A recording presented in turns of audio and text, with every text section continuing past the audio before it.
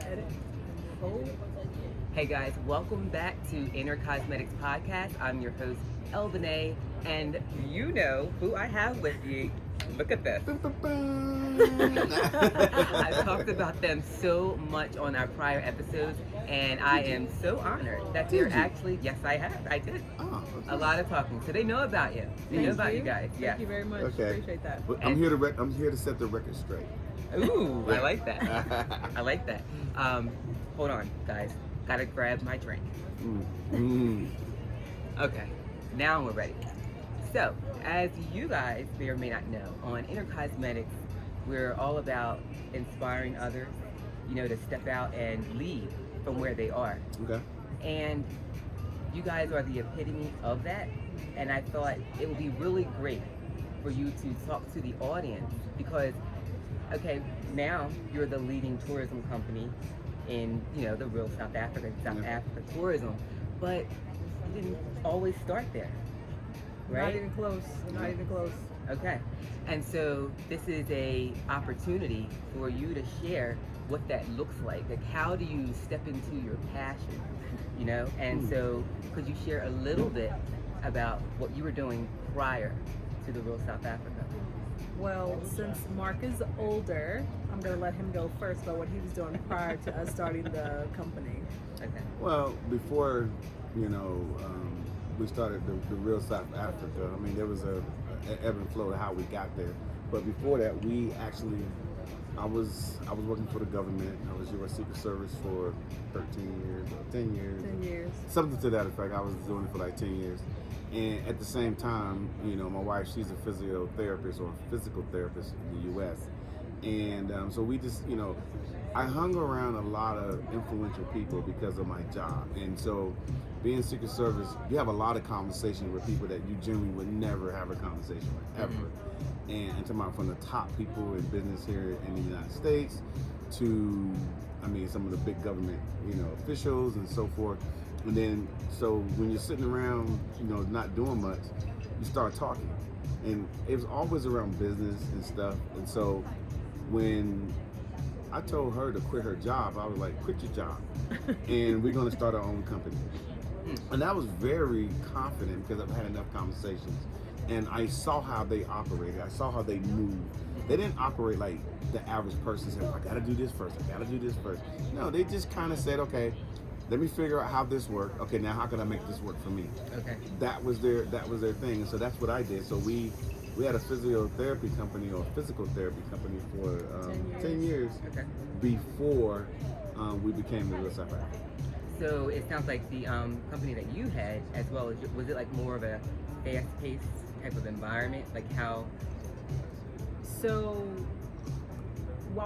simultaneously while he was working at the Secret Service and while we were running the practice, it was very busy. So, we worked from 7 a.m. to 7 p.m. at night. And we saw patients every hour. And I was primarily a pediatrics physical therapist, so I saw most of little babies. So I'm on the floor playing for hours at a time. And then eventually, I got to the point to where it was no longer fulfilling. Okay. And I told him prior that if it ever gets to where it's not fun anymore, I don't want to stay there simply because I have a degree or because you worked so hard for this. It stopped being fun. So once it stopped being fun, we decided to sell it, which we did. And then I said, if we can sell it before I turn 40, that'll be great. And we sold it 6 months before I turned 40, which was great. Okay. And then eventually we moved here. And we had been toying around with the idea of tourism, but on a very small scale. And then it turned into what it is right now. So. Yeah. Well, I like that. So I hear following your heart, and you just let go of the stress. I did. Yeah, of course. I And did. were you guys traveling back and forth to South Africa during that time? Like, All the time. So your first time? Well, let me back it up a little Yeah. bit. The answer is yes. We went back and forth. So as we were going back and forth to Africa, South Africa, we were picking up things from South Africans, like, the culture, okay. How to interact with each other, business, even more stuff in business, just and what what it really meant to be a black person in Africa.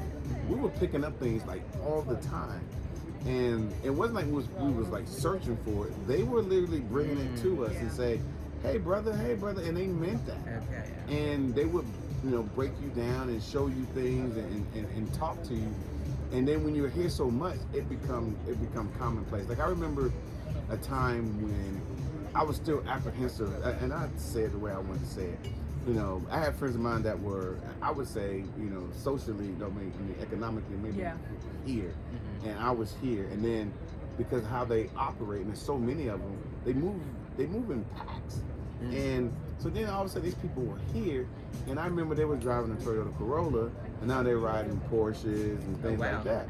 And I was like, you know what? I'm doing pretty good for myself, but there was something that held me back from getting my Porsche. So I came back, and I was like, you know what? I'm going down to the dealership. And I went and just wrote them the check, and I got my Porsche, and I put it in my garage like the rest of my South African friends. I love it because it's like a story of how new experiences just add to you discovering yourself and seeing what's out there. And it's like the first step you're willing to take about change. Yeah. It opens you up into this new door that you're like, whoa.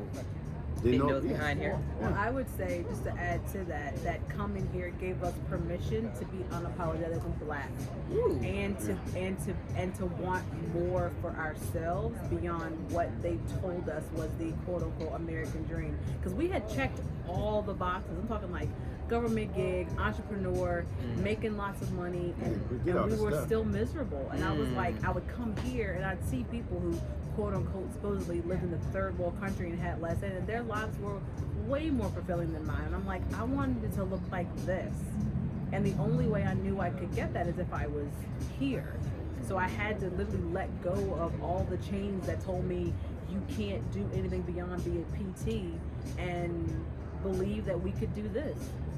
And guys, this is an example of what it looks like. It's the unknown, and you're going into it.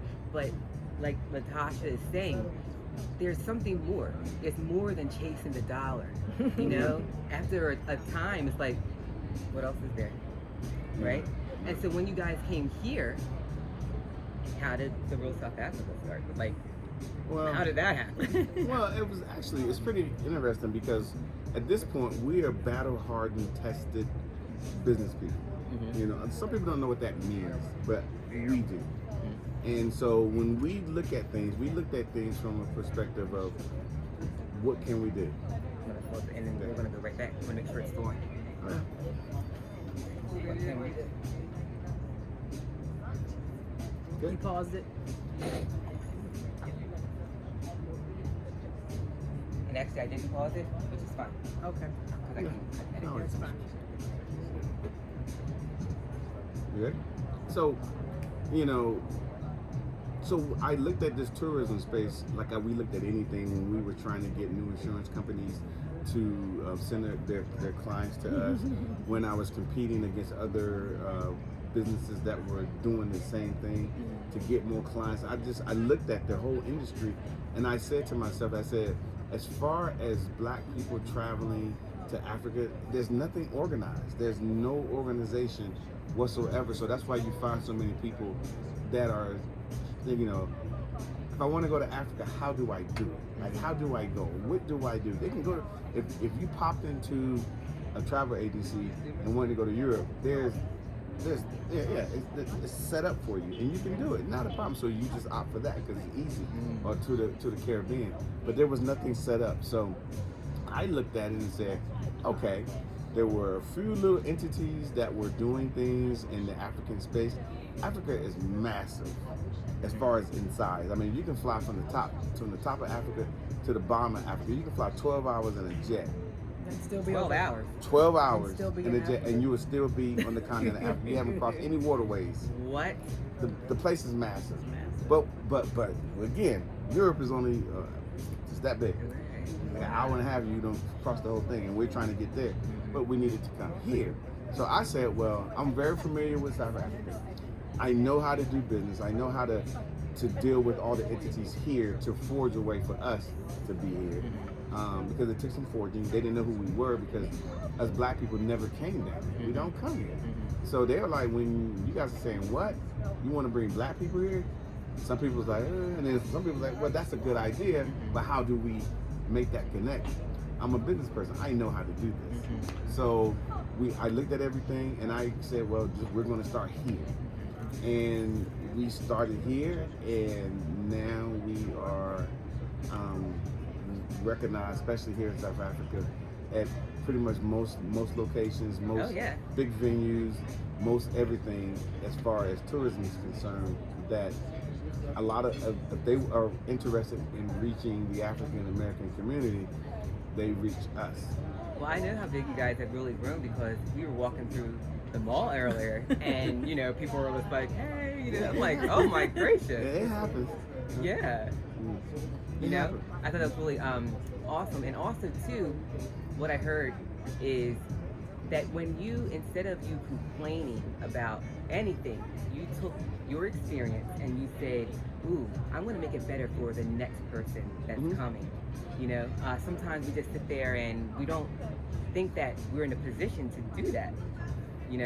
And you guys did, and look what came of it. Yeah. Can't complain. I think that for us, we saw so many people that were grinding hard and deserved so much better, and I was like, there are friends of ours that I know own businesses. They've checked all the boxes as well, and I know that they're miserable, but they won't do anything to change their environment. I mean, I'm not asking people to move to South Africa. I'm saying just come visit, and then however South Africa moves you, then let it do that. But you're not gonna find what moves you if you retire in Arizona, if you retire in Texas. You're not gonna find any of that. And I'm not saying that no, you won't find it. I'm not gonna mince words. You're not gonna find it, because what you're looking for, I promise you, on a lot of levels, wherever you want to get in South Africa, you can fit in, and you will find exactly what you're looking for. It will literally come to you once you get here. It makes sense. I mean, we've had a lot of people network quickly, boom, boom, boom, boom, boom, just like that. And they're like, I couldn't get any of this when I was in the U.S. And they have been grinding. They came here, talked to a couple of people. They're like, hey, you need to meet this person. You need to meet this person, or come over here with me. And it's like, you said the other day, we're magnetic people, and that's what happened. Yes. That's what happened. And I love, because I have a question actually about, several things. One is, I noticed when we were out the other day, we were on the deck enjoying conversation, and you guys were telling this, just having conversation, and you were really relaxed about all these beautiful opportunities that are blossoming for you. And I was like, wow, they're really at this slow pace. It's very slow. But it's nothing like slow. How you guys were before. Like, it was very fast paced. And I refuse. If it even begins to look like that, we will shut completely down. I will move out the way. I'm not doing it. Well, that's my question to you. So it feels like in the United States, you are trained 100%. For that need for speed. 100%. Okay. So now that you're here, what's the value in slowing down? My life. For me, it's my life. Well, I would say the only real benefit is that if you need to go that fast, you can. You really can. And there are times here that you it's to your advantage. Okay. You get stuff done, the way that you wanted to get it done. Where the South Africans are like, and yeah, but then at some point they kind of look at you as the person to get it done. And let me give you a quick example. We had a friend of ours, his name is Seppo, and he's starting a premium lounge experience for people who are traveling. And Seppo, good guy, South African, proper South African brother, and he had this meeting that he had to go to, and now he had to go talk to this white guy who kind of he needed to rent the space from the airport. And so he calls me. Now keep in mind that day, or was it that day? That day we was flying back to Atlanta to do something, right? Shepo calls me and he said, Mark, can you please come? So I come there, and backstory is a lot of times a lot of South Africans are kind of in the business space are kind of very smart, but he was wary of dealing with this white person. He was nervous, flat out nervous. Okay. So me and Tasha, we know what we doing. Yeah. I said, Shepherd, what's the plan? And he started talking to us. Cut all that. Not the plan. Tell me what you want to do. What's the goal? What's the goal? Mm-hmm. He said it. I was like, okay, don't say nothing. We got it. Oh wow. We didn't know anything, but we knew Yeah. how to operate. Okay. And I think that's what we bring to the table Mm-hmm. as African Americans. We bring that to the table because we can ramp it up if we need to. Mm-hmm. However, it's more comfortable not ramping it up. 100%. Yeah, well, I could tell. That's why I wanted to ask. Yeah. Yeah, because we preach about nobody wants to slow down. We just think that this physical effort is the way to go, and Yeah. then before Well, you'll you get know it, left behind in the U.S. if you don't. Yeah. yeah, and I'm just expressing to people, reminding people that, like, look, when you do, you can enjoy the scenery along the way to your goal, because Take that's it where all the in. joy is, right? I mean, we try very hard to stay present in every moment. I mean, even in the mornings when we wake up, it's not like go. I mean, it probably takes us 2 3 hours, about 2 hours to actually get past the let's go outside, let's do sit, something, let's let's talk do about it. this, and then it's like, okay, then we'll get coffee, and then a few hours later some we'll more coffee. probably get another cup of coffee. Like this morning, I think we started moving around. We got up early because we normally get up early, but we didn't start like doing any work until like 12:30. Yeah, Now about that's 12:30. I like that. And we worked until about 4:30. Okay. So, but I got everything I needed to get done in 4 hours, and I was like, okay. And then I texted you, I was like, okay, we're gonna get dressed now, and we're on our way. But most days are like, I'm not gonna wake up and start pounding. I'm not gonna do that. I'll set goals for every day. I'm gonna get this much done. If it doesn't get done, I will do it tomorrow. Like only gonna work this much time because I've been in a space where I've worked from 7 a.m. to 7 p.m. and on the weekend still putting back into a space that wasn't fulfilling anymore. So I won't do it again. I will not do it again. Funny though, most South Africans feel the way that we feel. I'm speaking. We back it up. Most of our people here feel the same way. Nobody killing themselves over nothing. It's never not worth it. It's not. And if they don't have it, they're fine. Oh, okay.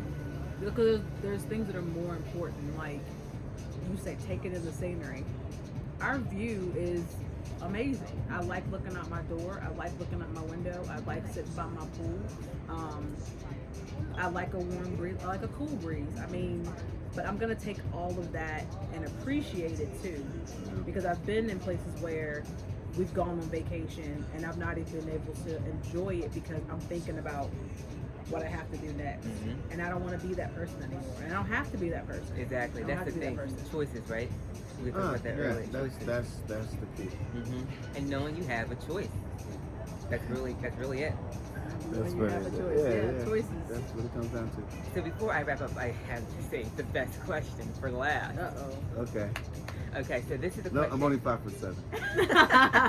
That's for you Okay. about Mr. Mark Land. Mm-hmm. So She's 5'2". I'm 3.5. I'm 5'2". 5'2". Oh really? Yeah. Yeah. Yeah. Short. It's okay. She's got heels on today, though. Yeah. Today I'm 5'7". Ah, I love it. I love it. So we are cyclical beings, right? We're Mm-hmm. supposed to cycle. We're supposed to change, and we kind of like try to stunt our growth by not allowing change to help us grow. Mm-hmm. And so, with that being said, since you've moved here, Mm-hmm. what changes have you seen in Mark? Besides the fact that his favorite word is I don't want to do anything.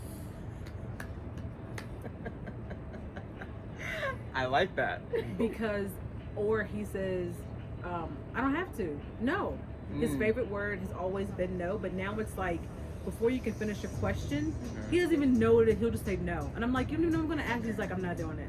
Because I mean, No. I got to do something, and He I got doesn't to wanna- stop and he doesn't wanna doing do what I'm anything. doing, which is maybe doing nothing, but to And you, but it's something to relaxing to him. me. I mean, This is no. the answer is I like that. his no is way more prominent, and like he said, he could be doing nothing. But if even if his doing nothing is honestly, when I say doing, I'm talking like sitting, no TV, no phone, just nothing. If you say, "Hey, can you come here for a second?" He's like, "No," because he's in that Oh, moment. he's taking it next level. No, yeah, because he's in that moment, and he's. And I said, "But I you're love not. that. But you're not doing anything." He goes, "I am doing something. I'm doing what I want to do right now." So his answer is No. his answer. His I don't see answer the is problem. that is. I love that. So I the love change that. I would say is that his no got more prominent, whereas before Yeah. he was doing it because he had to, and he was forcing himself to. Now he doesn't force himself to do anything. So good. So Nothing. good. Nothing. That's really It's good. hilarious, actually. Really good. But this no is a universal no. He does not care who you are, where you're from, what your relationship is with him. His no is universal. Anybody can get this no. I think that's great because it just shows that, you know, you're connecting with your authentic self. Oh, yeah. You're tuned in, Yeah. you know, with what Mark likes. And it's a reflection of you too. Your understanding, Dude, you know? I'll just go do something else. Exactly. But you know what's funny? Because like I said, you know, being here in South Africa, the option of being able to, like they've been in the U.S., like in the DC metro area, the no comes with consequences. It comes with a lot of consequences. You know, and if you don't do something, then this is going to happen. So you just end up saying, okay, fine, let me do it. Then eventually you die, and then you know, nobody cares. No, literally, nobody I know, cares. right? And then nobody You know, cares. did he do that? We don't know. Nobody recorded. But here, it's not just the fact that you can just say no. It's just the fact that you start recognizing being here all the other opportunities that you just ignored, like sitting down poolside or drinking a drink and just reflecting or doing absolutely nothing. That's a real thing. Most of us never do that. But when you do it, you start to get value in it. You know, people start saying, but then you start thinking, well, it's important. It's part of my life now, and I like it. And so I'm going to defend that. And fight for it. No, for real. I'm like, I'm good. Because, I mean, we get a lot of requests, can you go here, can you do that, which is fine. I think when I mentioned to you, maybe I shouldn't say it on the camera, but I said, make sure you let me know by today, because we kind of had because if you didn't, I would have been like, You would have been Right. yeah, and which it worked out great, and I even appreciate the fact that you said thank you. Yeah. Yeah. I do. I appreciate it. Yeah. Because I'm like, you know what? Dang, that was my time. Yeah. God, shoot. And I'm truly grateful. No, I know you. I want to say, but again, you mentioned it to me before you came, Oh, I see. and I remember that, and I was like, okay. So, We're gonna nonetheless, keep in front of you guys. No, it's all good. All right. So now yes. it's your turn. You're in the hot seat. Okay, cool. All right. No. I like that. Yeah. Yeah. So about Dr. Latasha, Yeah. what changes have you seen since you guys, you know, relocated and you've been here? This ought to be good. Well, I thought, okay, so I'm going to jump in first of all. Okay. Okay. And I'm going to say the changes that I've seen with Dr. Latasha and yourself. You're glowing. Oh, No, I'm serious. it's the South African sun. It is. Because, no, seriously, I have seen your prior videos Mm-hmm. and I was like, wow. At the very beginning, my brother made me see all of them. Mm-hmm. And You want another round of drinks? Yes. Yes. I'm good. I'm still working on mine. I'm good. I need Yes, one for more. him. See, our service here, guys, is impeccable. I'm gonna show you I She know. this. sees an empty drink, and she's like, Get on it. you know, Oh, good. Proper refill way. Just refill refill way. Woohoo! Yeah. There you go. She's like, hand me the glass. Yeah. And here's my food right here. And I'm about to break it down. Mhm. She's trying to hide hers, but we got the same thing. Yeah. Show them how pretty your food Oh. is. Oh my goodness. It's beautiful, isn't it? But I do want to answer that question. There we Yes. go. Please do. I will say, from when we left Northern Virginia, DC metropolitan area, till now, I think Tasha. It's funny now. Think about it, because she actually sees herself. Uh-huh. She sees herself more, and so in the past she just would have blew off stuff like because I'm busy and I gotta do stuff, Okay. right? Outside of her right? Very beautiful, by the way. Thank you. Yeah, it is. But she sees herself, and then like whatever she thinks she needs, she actually makes a space and time to acquire it, or to do it, or to be it. She does one of those things all the time. She tries to take care of herself a lot more. Just because, for one, I think it's available here. For two, she doesn't blow it off like, nah, it's not for me. She's like, no. Okay. You know, because I've seen her in the past just blow off things. Like self-care. Yeah, it's Okay. just stuff that you just need to slow down Yeah. and pay attention about yourself. You know, I mean, we've been 4 years. I mean, she's got 4 years older, and she's recognizing that. She's like, okay, I'm older. yeah, maybe I need to do Yeah. this. Maybe I need to do that. And I do like that part. In the past, I promise you, she would have been like, I don't care because I gotta go to work. I gotta go do this. Right. I gotta go do that. I Yeah. gotta. Somebody wants me. Here, everything that she talks about, there are people who talk about it openly, like Sangomas, and they talk about it openly. It's like stuff that women. Like holistic stuff. Yeah, stuff you that know, women talk essential about. oils, candles, sage burning, like Mhm. all Yeah, that type of just like stuff. earthy stuff that's normal here. Yeah. Yeah, It's a people talk lot about it. easier to get involved in stuff and to look for spaces where you can do that for yourself here than it was there. I mean, to be into it there, it's like you don't go to church. It's like Right. like it's Here like, it's why like, you would- don't take care of yourself? Yeah, it's Yeah. like what is that? So here it's a lot more. It's easier for me to just be who I probably already was, Yeah, but had exactly. to suppress that because of the environment that I was in. Well, I would say that because it's mainstream. Yeah, Because yeah. because there's so many black women that are having the same conversation. Yeah. It's mainstream. In the States, it's not mainstream. It's fringe. Yeah. Those types of conversations Mhm. because the white women are occupying those spaces. I hate to say it that way. That's just the way I see it. Mm-hmm. So Well, because we're supposed to be here. yeah. No, I think that's true. Well, That's true. again, I want to thank you guys for your time. I really appreciate you sharing that you're getting to see another version of yourself Yeah. and also another version of your spouse.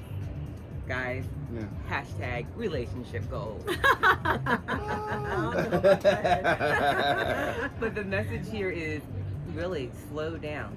You know, the answers are in just shifting from that speed mentality that we were trained into, but that's okay. We can take control of your life because you have a choice and slow down because that's the way to speed things up. So thanks for tuning in to Inner Cosmetics. I'll see you guys on the next video. Thank you. Ooh. Cool. Thank you I like guys. it. I like it. It was fun. Now I'm ready to have a And now I snack. need my chicken wings. Now I'm ready